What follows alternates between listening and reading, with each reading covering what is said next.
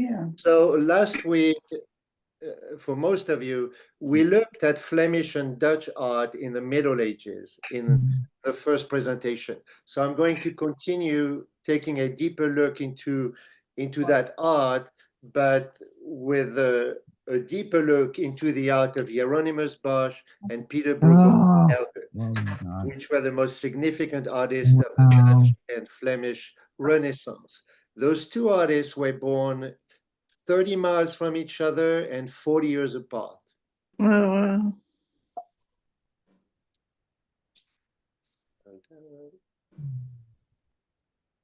This is a map of Flanders by an artist called Philips Gaal. He was a Dutch publisher and an engraver. This is 1585. Look at the writing. This is, I'm just showing you a few pieces to warm you up. This is Hugo van der Goes. It's a Montfort altarpiece. And he was one of the most significant Netherlandish painters. So Netherlands is Holland. So this is Flanders, what is now Belgium, and the south of Holland. So this artist was born in 1430, and he mostly painted altarpieces for church. I wanted to show you this drawing. This is St. George and the Dragon. It's a very common theme, especially in the Middle Ages. The legend of St. George and the Dragon, it's the tale of St. George who died in 303. And he's taming and slaying the dragon because the dragon demanded a human sacrifice. And he rescued the maiden. George is sparing the beast, and the princess is using her belt to leash to take the dragon up to the town. That's the story. And this is a painting by an Italian painter of the same thing, St. George and the Dragon, by Paolo Uccello. This is an absolutely beautiful painting. It's at the National Gallery in London. I'm just showing you various paintings before I show you Hieronymus Bosch and Bruegel. Paintings that I found for some reason absolutely beautiful. Wow. This is Ambrosius Benson. He was an Italian painter, but he worked in Flanders and became a part of the Northern Renaissance. Wow. The velvet looks like velvet, and the veil is see-through. That's amazing. Wow. This is the master of the portrait of princes. So we do not know who he is. So he's named after the painting that we found. This is a portrait of Engelbert II, Count of Nassau. It's an oil on oak panel. It's small. It measures 13 by 10, and it shows the future regent of the Netherlands at the age of 35 years old, and he's wearing a collar of the Order of the Golden Fleece. So everything has meaning, even though we have lost that meaning now.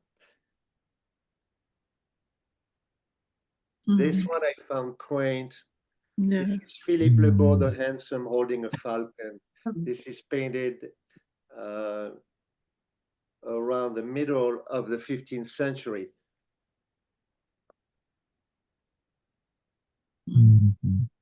The cap.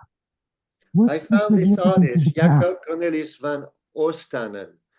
It's a self-portrait, but it's really, there's just something about this painting. It feels very modern. It's very realistic. Let me admit someone. This artist was born in the northern Netherlands in 1470, and he worked in Amsterdam.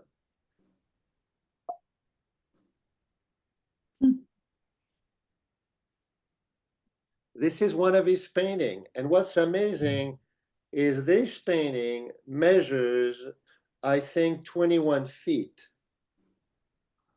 It's the Count of Oost-Friesland, Edzer I. He was the Count of East Frisia, which is northern Holland, from 1491 to 1528. It's hard to imagine this painting is 21 feet.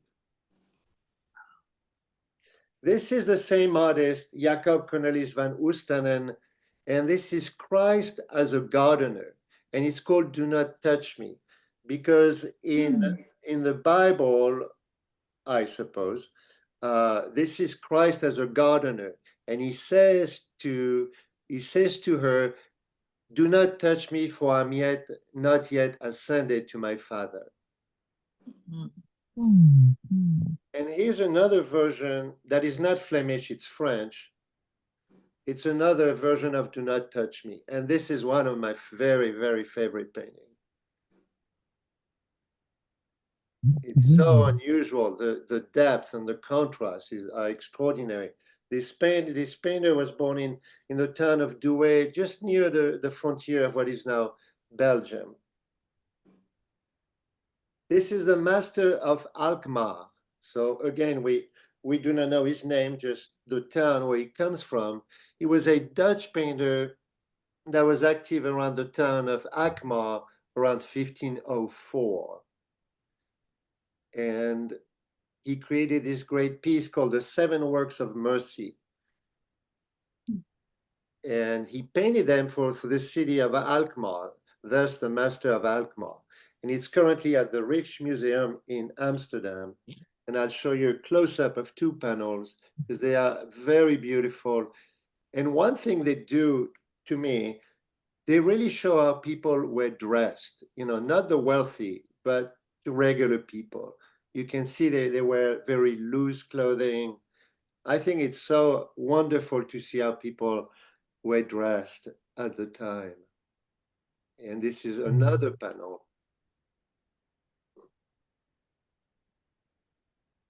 Were the panels done on canvas?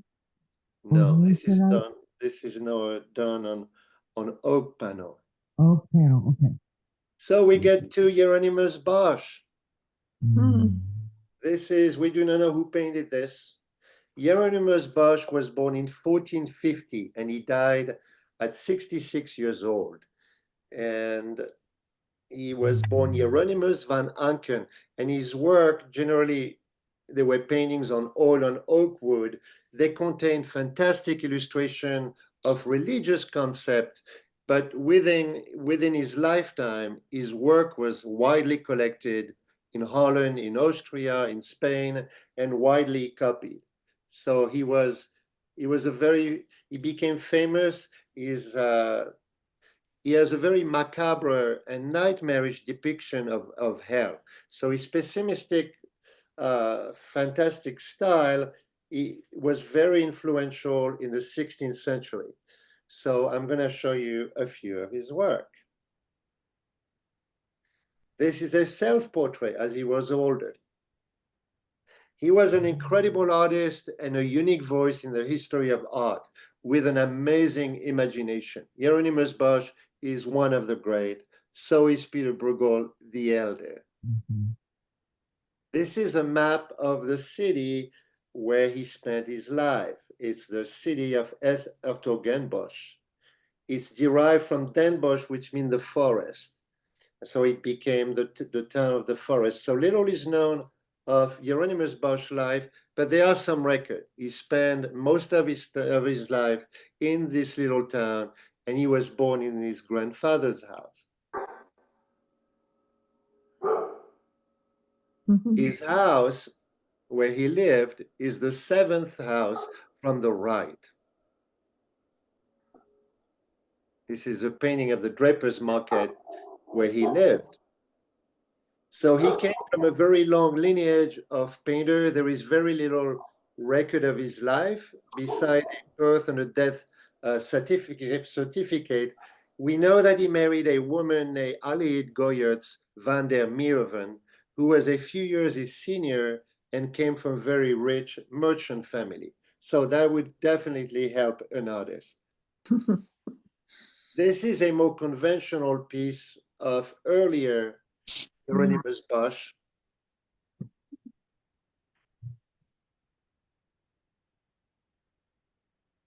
But then quickly we get to one of the greatest pieces in the art world. Simply, there's no doubt. This is one of the greatest. This is the Garden of Earthly Delight. It's a triptych, meaning 3 panels. It measures 7 by 13 feet, and they could be folded, closed, and then transported. And imagine that this painting hung in the bedroom of Philip II of Spain. And it is now at the Museum del Prado in Madrid. So it was painted between 1490 and 1510. So I'm going to show you some close-up of the Garden of Earthly Delight. And I will start with the left panel, which is a scene. It depicts a scene of paradise. It's the joining of Adam and Eve. It's very, very pretty.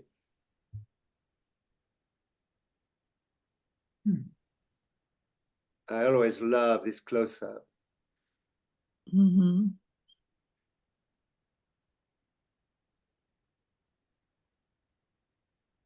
His imagination is absolutely incredible. Mm. You notice that his animals are very well drawn. The elephant looks good. They all look good. Sure, you had never seen one. This is still the left panel. You see one of the fish is reading in the water. Oh, yes. So And what's this what's is the the middle correlation, panel. Christian? And the middle panel depicts paradise. And it's filled with nude females and males. And they are fantastic creatures which are mixed with real ones. So I'll show you a few details.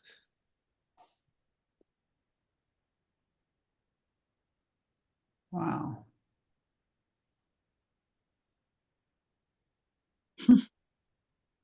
So my question, Christian, was So what to was the us, it's very correlation? hard to interpret Right. these images because we're not educated in religion as they were. This is a different time, so we've lost the context. But some of the images you can recognize. So this is still paradise. Things are going really, really well. But they're not going well for long because when you have sin, you're going to hell. This is hell. And men succumb to evil, which lead to temptation and eternal damnation. So natural beauty in hell is absent. The world is lit by fires and explosions. Things are getting very, very dark in hell.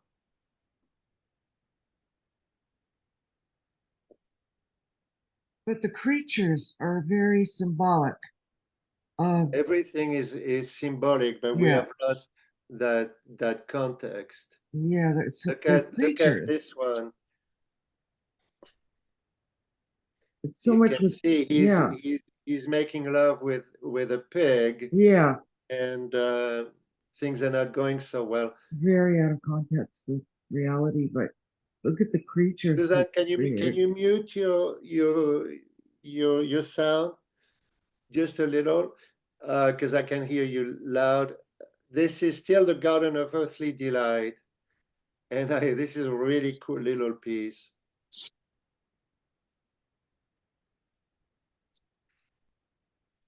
Oh.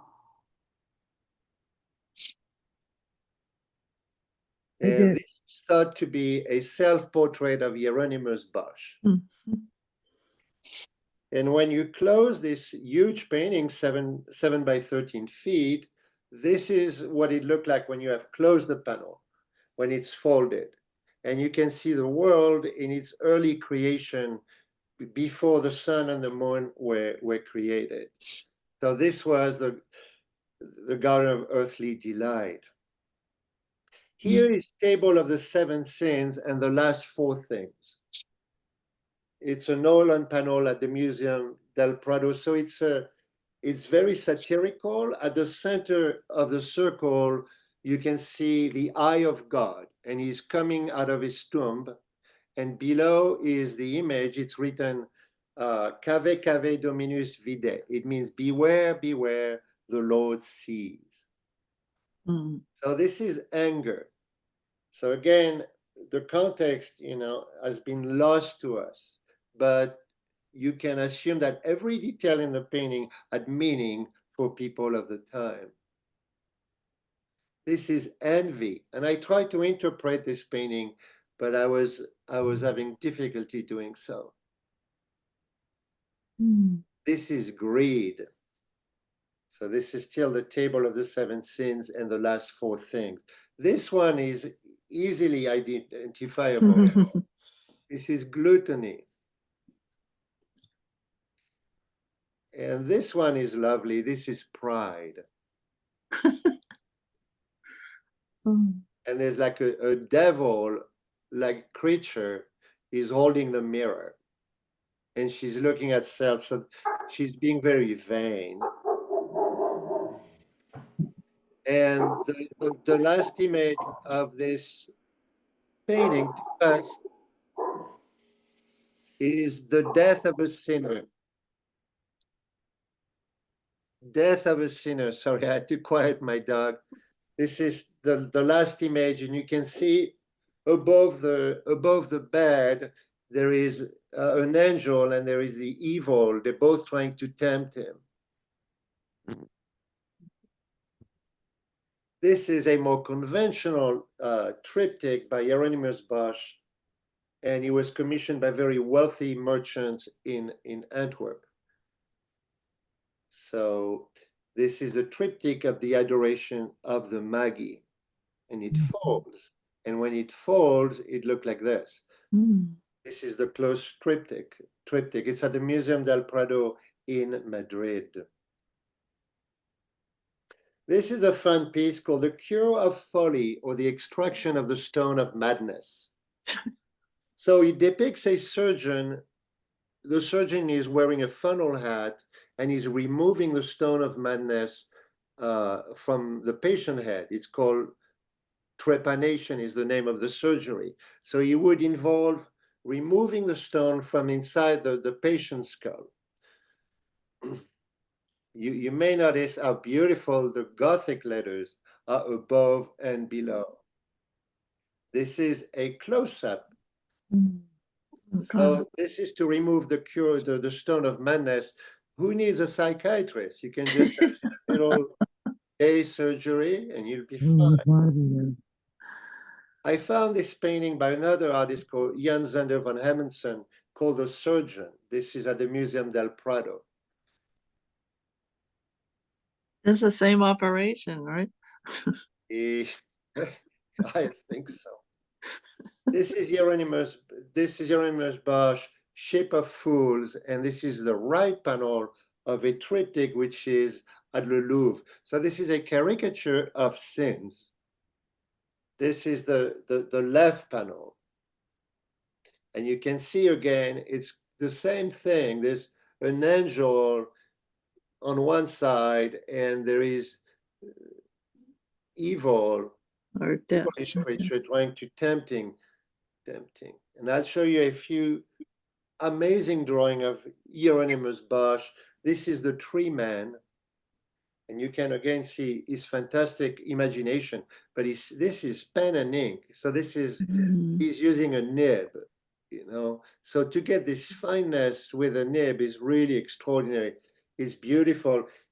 One of the things that Hieronymus Bosch wrote that sounds very important to me, he wrote that poor is the mind that always uses the invention of others and invents nothing himself. This is the owl's nest. It's a pen and brown ink on paper. It's a small drawing, 6 by 8. This is beggars and cripples. Wow. It's the sketches of these unfortunate people.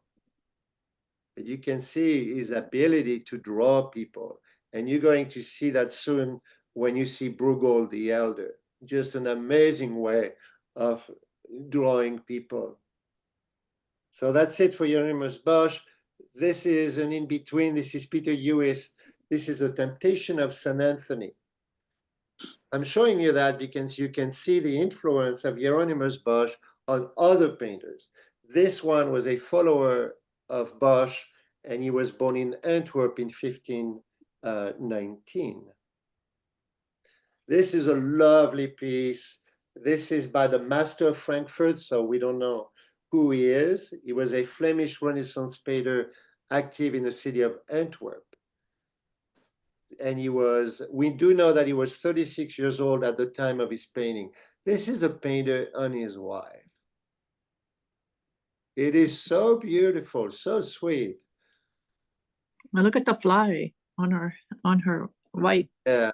And in the last lecture, there was a fly at the bottom of the painting.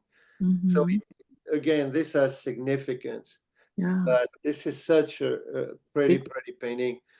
This one, same artist, this is the Holy Family with a musician angel. It's at the Museum del Prado. And you can suppose that the colors may not be as brilliant as they were once. But it is absolutely exquisite, and I'm sure in person it would be that much more beautiful. This is a great painting and a fun one. Same artist, master of Frankfurt. This is the Archery Festival. And it's very quaint because you are brought back to an era where they had swords and they had bow and they had arrows, and this is the Archery Festival. Mm. It's absolutely lovely, and you can see the castle at the top. It's a magical piece that reflects the time. A few pieces. This is called the Master of the Female Half-Flank. We don't know if it was a certain painter, if it was a group of painters, but he or this group were active in the Low Netherlands in the 16th century. So this is a woman playing lute. It's quite charming. And this one, same artist or same group, a lady writing at her desk. It's really cool to see the instrument in front of her and what she's drawing with. The velvets are The last one of this one is female musicians. Oh. So you can see the one in the back appears to be singing. It's very quaint and very exotic to us. Before we get to Peter Bruegel the Elder, I'll just show you a few pieces. This is Martin van Cleve. This is called The Good Shepherd. This painter was born in Antwerp in 1527. I love the valley to the right, how it descends to this lake. This is Martin van Cleve. This is called The Wedding Dance. And I show you this painting because it's a good introduction to Peter Bruegel the Elder, because it's very reminiscent, though not as good as Peter Bruegel the Elder, but it is a common theme. So we'll get to Peter Bruegel the Elder, whom I consider one of the greatest artists that ever lived. He was born 45 years after Hieronymus Bosch, but he was quite influenced. And as I said at the beginning, he was born about 30 miles apart. So this is a self-portrait. It's pen and ink, again, it's done with a nib. And that's how he saw himself. He was born in the town of Breda. It's in the south Netherlands near the border of Belgium. And Breda means bread AA. Like if you play Scrabble, you can play the word AA. It means it's the name of a river. So you can see the pointy fortification, which were called arrows for defense of the town. This is one of his famous pieces, Peter Bruegel the Elder, The Tower of Babel. It's at the Kuntorisch Museum in Vienna. The Tower of Babel is a myth about the origin of the world. It's meant to explain why the world people speak different languages. And according to the story, there used to be a united human race that only spoke one language, and this was in Mesopotamia. So they built a city and a tower, but there was this god called Yahweh, he's a god of Israel, and when he saw that, he confused all the languages, so they could no longer understand each other, and he scattered them around the world. That's the story of the Tower of Babel, and these are details of this great piece.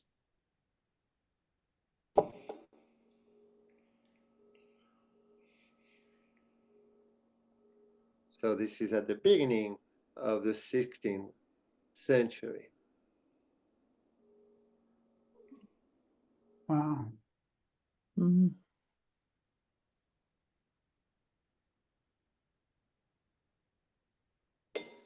Wonderful perspective.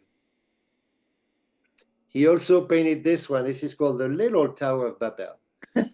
He actually did 3 paintings. I mean, the first one we saw is the greatest, but, and there was another one that he painted when he was in Rome, but it is now lost.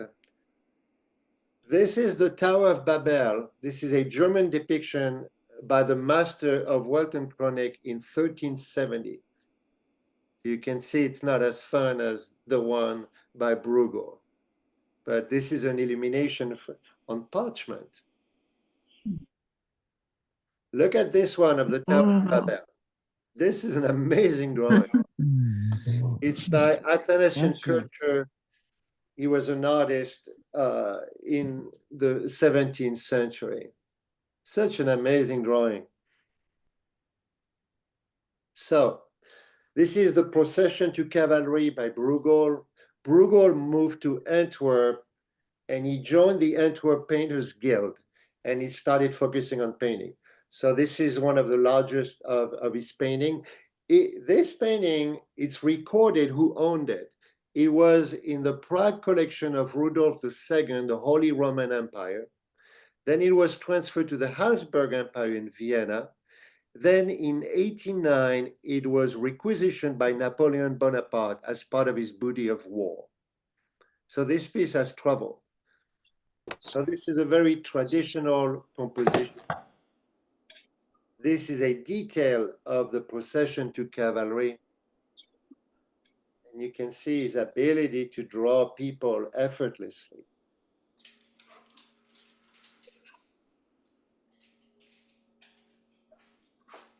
This is one of his famous paintings, The Peasant's Wedding. It shows a peasant wedding. The bride is in the center under the green cloth, and the groom is not there, according to Flemish customs.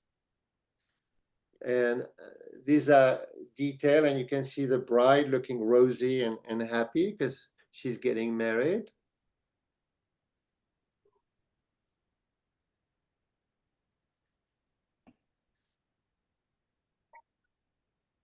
I wonder what they're eating. The food was mostly bread, porridge, and soup, and he was carried on a door, and there were bagpipes. But you have to realize that food then was very bland. Pepper and other spices from India or the other places in Southeast Asia had not yet been discovered. This is a great painting, The Harvester. It's at the Metropolitan Museum of Art, and it depicts harvest on a hot summer day.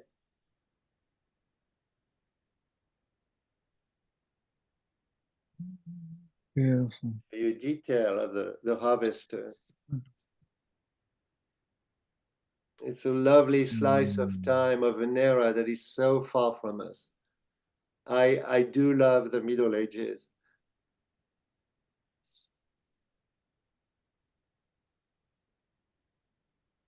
This is a rainy day, called a gloomy day. Oh, He did different painting for the different season, but this appears to be, it says early spring, but I don't know, but it's raining. One of these very famous paintings is this one, Hunters in the Snow.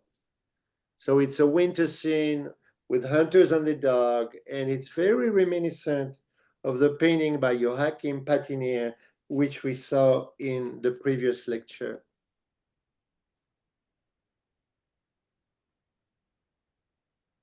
This is a peasant's dance. It's a village celebration. You can see the bagpipe, and I think it was like a bladder of a pig they used. but his ability to draw figures in movement is amazing. So this piece was looted by Napoleon also and brought to Paris in 1808. But he was returned because the French people are nice people. Of course. This is Netherlands Proverbs, 1559. And he depicts the scene with, human and animal, and it has literal illustration of proverbs, of idioms of the Dutch language. So each little scene tells a story. So I'll show you a few of them, and you will hopefully recognize them. This means never believe someone who carries water in one hand and fire in the other, meaning to be two-faced. Oh, So I go back so you can see there's different scenes, right? yeah. So that's the one. This means to play on the pillory. It's to attract attention to yourself when you've done something really shameful. The pillory is not the place you want to be. This is sitting on hot coals. It means to be impatient.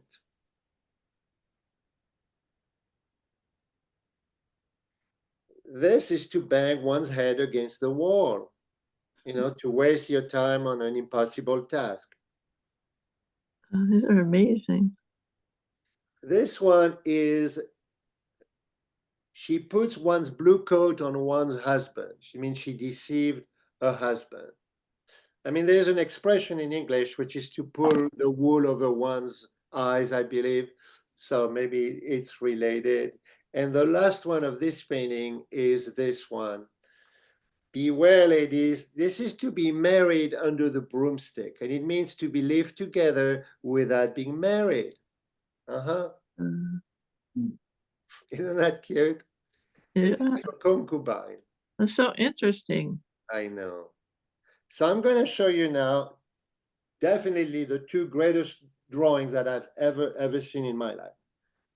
This is the first one. This is the beekeepers, pen and Indian ink. This is done with a nib. The way, the movement, the clothes. What is I a have no nib? words to describe the quality of this drawing. Honey was very important to the diet of people in Flanders because sugar had not yet been imported. So, but this painting, and I was telling you about as we lose context, it's a satire of the Catholic Church, and it marks the connection of the Spanish regime. So it's very hard for us to understand it. That said, it is absolutely lovely. What an elegance in drawing. And this is another one called Spring. And you can see what a wonderful, this was a preparatory sketch for an engraving that was never done. But his ability to draw figures with such ease, to me, is really remarkable. This is bears in the forest. Except there's not many bears in Belgium and Holland, but this is called the ass in school. So to understand this drawing, the people in the Netherlands had a very high level of education for the time. So there was an Italian traveler of the time who said that most people could read and write. So Bruegel is laughing at his countrymen' eagerness to learn. And the caption says, "An ass will never become a horse, even if he goes to school."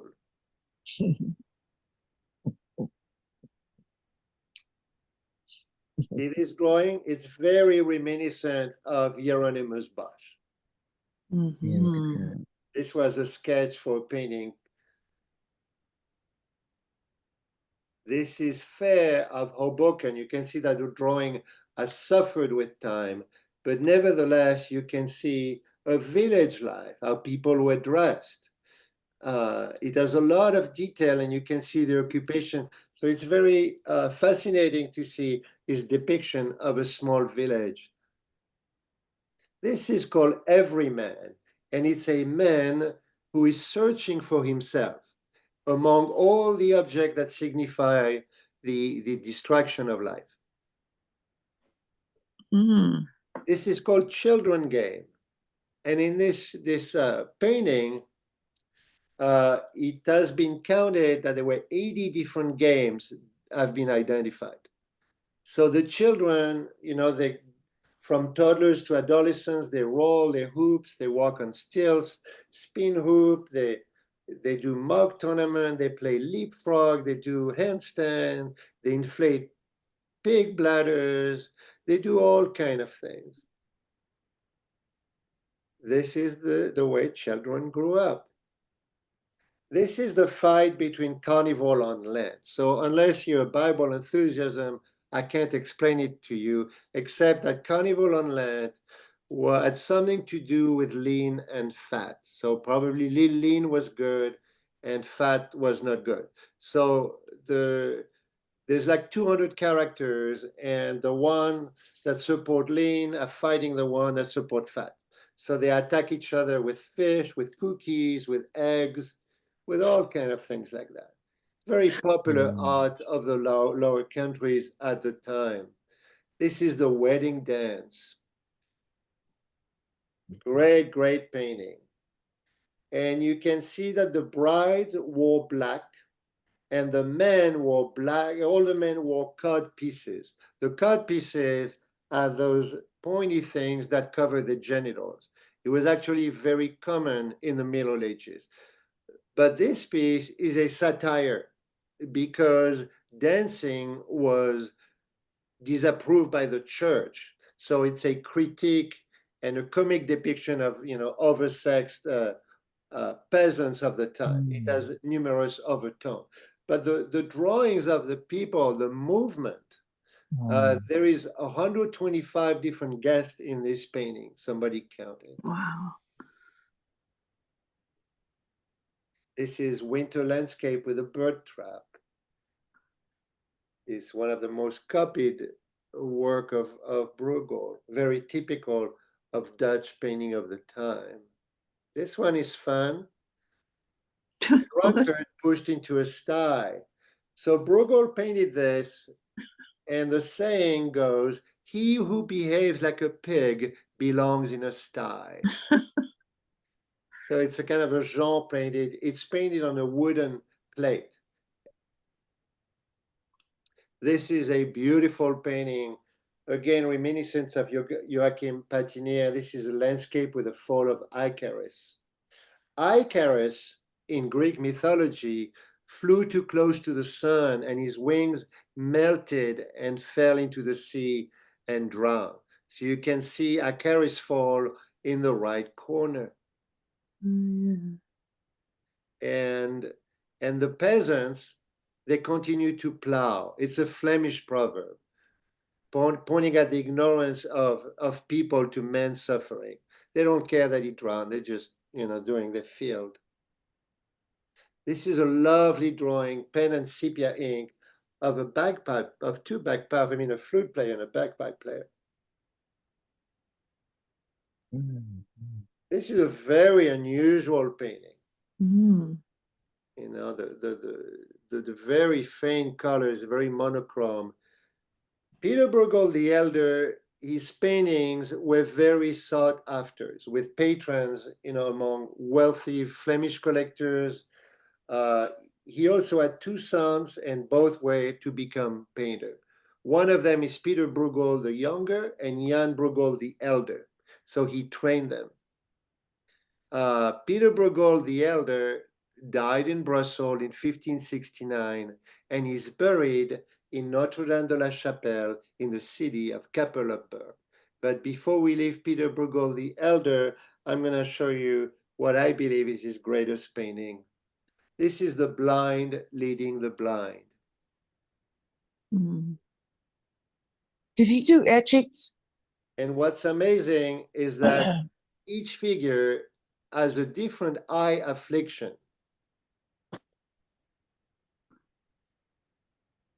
It is just so magnificent. The movement of the body are just absolutely beautiful.